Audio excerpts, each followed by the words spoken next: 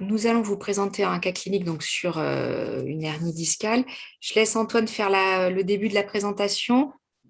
Merci. Hop, alors.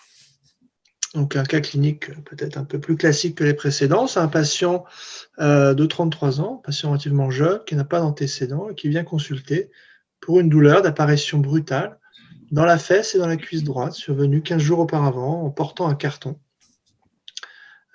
C'est une douleur intense, qui est insomniante, qui est majorée en position assise et qui ne cède pas malgré une prise d'Afalgan codéiné, donc de palier 2. Il n'a pas de douleur dans le pied et l'appui reste possible sans problème. Donc, question numéro 1, vous êtes le premier médecin à voir ce patient. Quelle pathologie suspectez-vous? A, une tendinite du moyen fessier. En B, un lumbago. En C, une fracture de hanche. Et en D, une sciatique. Donc, sur le niveau des résultats, une majorité de gens ont répondu. Réponse D, la sciatique. C'était donc ce diagnostic qu'il fallait retenir. Il y a aussi une forte proportion de gens qui ont répondu par un lumbago.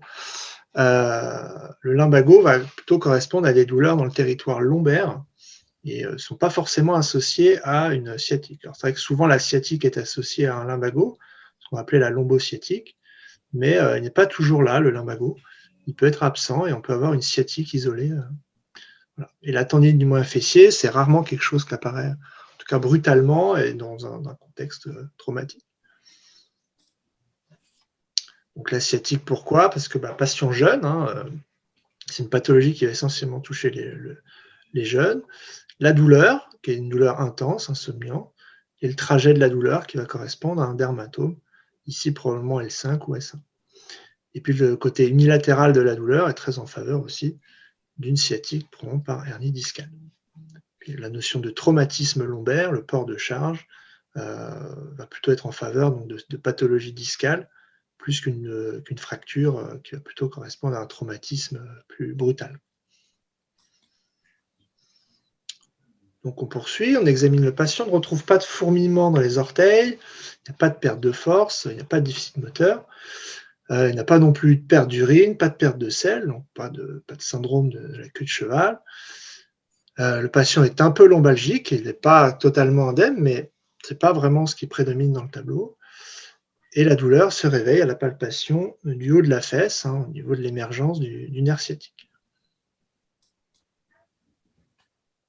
Deuxième question, là c'est plus un test de connaissance, on va dire. Quel test clinique allez-vous réaliser pour renforcer votre diagnostic? Donc A, c'est un test de Lassègue, B, un test de Léry, et C, un test de Schobert. Donc voilà, bon, réponse, 100% de réponse pour le test de Lassègue, évidemment. C'était la bonne réponse. Est-ce qu'on peut voir la diapo? Voilà. Donc le test de Lassègue, le test où on patient en décubitus dorsal, jambe tendue, et on lève passivement sa jambe, et ça réveille cette douleur de sciatique. C'est le test qui révèle le plus facilement la sciatique par hernie discale. C'est une forte sensibilité, 91%, mais c'est assez peu spécifique, malheureusement, de la sciatique. On peut rechercher aussi un signe de Lassègue contralatéral ou Lassègue croisée. C'est-à-dire qu'en levant la jambe qui est indolore, on réveille la douleur de sciatique du côté opposé. Le test de Léry, c'est un test qui va plutôt démasquer les cruralgies, donc ça se fait en décubitus ventral. Et le test de Schobert, c'est pour la raideur rachidienne, plutôt dans les spondylarthropathies.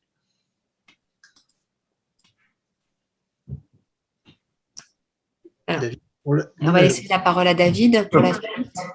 Donc, question 3. Ce patient qui présente donc ce tableau relativement caractéristique vous présente des radiographies qui sont normales et vous prescrivez donc une IRM et il revient avec. Donc, on voit ces images. Vous avez une image en sagittale T2 en haut à gauche et puis des coupes axiales T2 successives.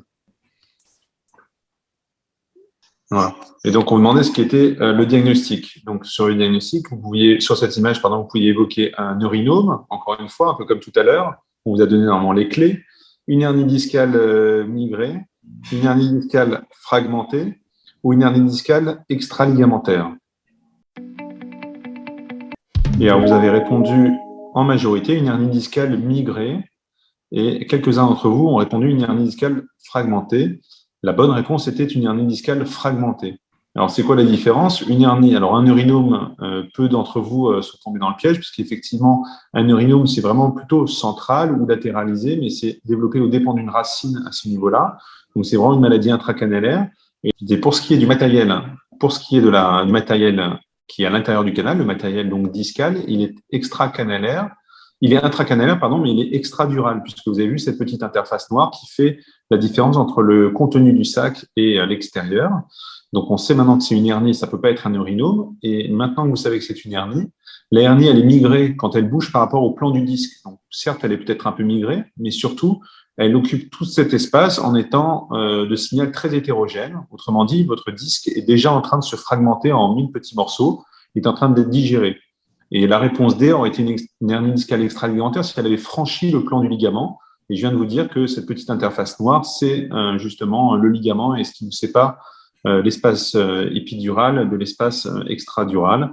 Donc, ça ne pouvait pas être une hernie discale extraligamentaire. Donc, il s'agit bien d'une hernie discale fragmentée dans le plan du disque et un peu migrée vers le haut, c'est vrai, pour ceux qui ont répondu B, mais ce n'était pas l'essentiel du diagnostic.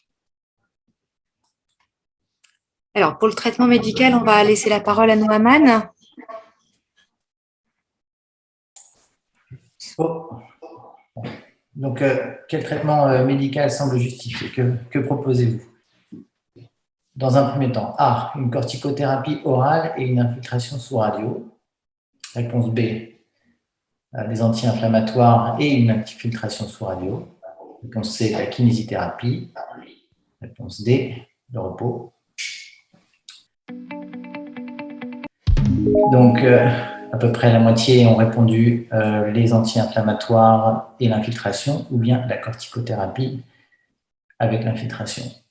Effectivement, on va préférer la corticothérapie orale dans ce contexte, puisque la lombalgie est aiguë avec un déficit moteur, me semble-t-il, et ce sera le meilleur traitement pour essayer de récupérer au maximum ce déficit. La kinésithérapie interviendra dans un second temps. Du coup, je vais prendre la suite. Alors, en fait, là, il y a un déficit moteur qui apparaît. Donc, du coup, on discute un geste chirurgical. Alors, qu'est-ce que vous proposez comme prise en charge? Donc, soit la poursuite du traitement médical, soit une herniectomie, soit une libération canalaire avec arthrodèse, soit une prothèse discale. Donc, à la grande majorité, vous répondez la herniectomie. Donc, effectivement, il y a une hernie discale avec une lombosciatique. Comme un déficit moteur apparaît, il faut proposer une chirurgie assez rapidement. La libération canalaire avec arthrodèse n'est pas justifiée puisque le canal n'est pas rétréci, c'est la hernie discale qui comprime. Et la prothèse discale a une indication plutôt dans les lombalgies. Alors, le traitement chirurgical, donc ça, c'est une vue sous microscope. On aperçoit ici donc le fourreau dural et la racine qui est ici, qui est réclinée. Donc, en fait, on a fait un abord avec une incision lombaire médiane. On a élargi un petit peu l'espace entre les lames en rognant un petit peu sur le bord inférieur des deux lames, de la lame sus et sous-jacente.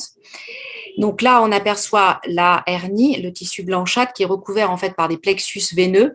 Et effectivement, dans la physiopathologie de la douleur des hernies discales, il y a la part de compression mécanique. Donc, on voit bien la hernie qui appuie sur la racine, mais il y a aussi la part de l'inflammation. C'est-à-dire, comme il y a du tissu discal qui est sorti du disque, le corps essaye de le résorber, crée une inflammation et c'est aussi à l'origine de la douleur, d'où l'efficacité en fait des anti-inflammatoires et des infiltrations. Donc là, on essaye de bien effectivement décoller le plexus. Alors là, vous voyez qu'il y a des gestes de réclinaison en fait du fourreau dural sur la ligne médiane. C'est possible parce que la majorité des hernies discales sont en L4, L5 ou en L5, S1 et comme la moelle se termine au bord supérieur de L1, ici on est au niveau du fourreau dural ou des racines de la queue de cheval, mais il n'y a pas de moelle. Là où il y a la moelle, on ne peut pas récliner comme ça sur la ligne médiane. Là, on va avoir donc l'ablation de la hernie discale. Alors, il y a une petite. Là, c'est pas un fragment exclu. Là, en fait, c'est une hernie qui est plutôt en continuité avec le disque. Des fois, il y a un fragment exclu qui est vraiment à part.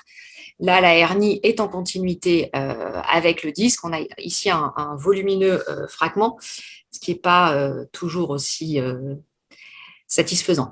Là, on imagine bien effectivement la compression mécanique qui est levée. En pratique, le patient va rentrer le matin de l'opération, on va faire l'intervention chirurgicale, il sera levé le soir même et on peut envisager un retour à domicile le lendemain avec 1 mois de repos.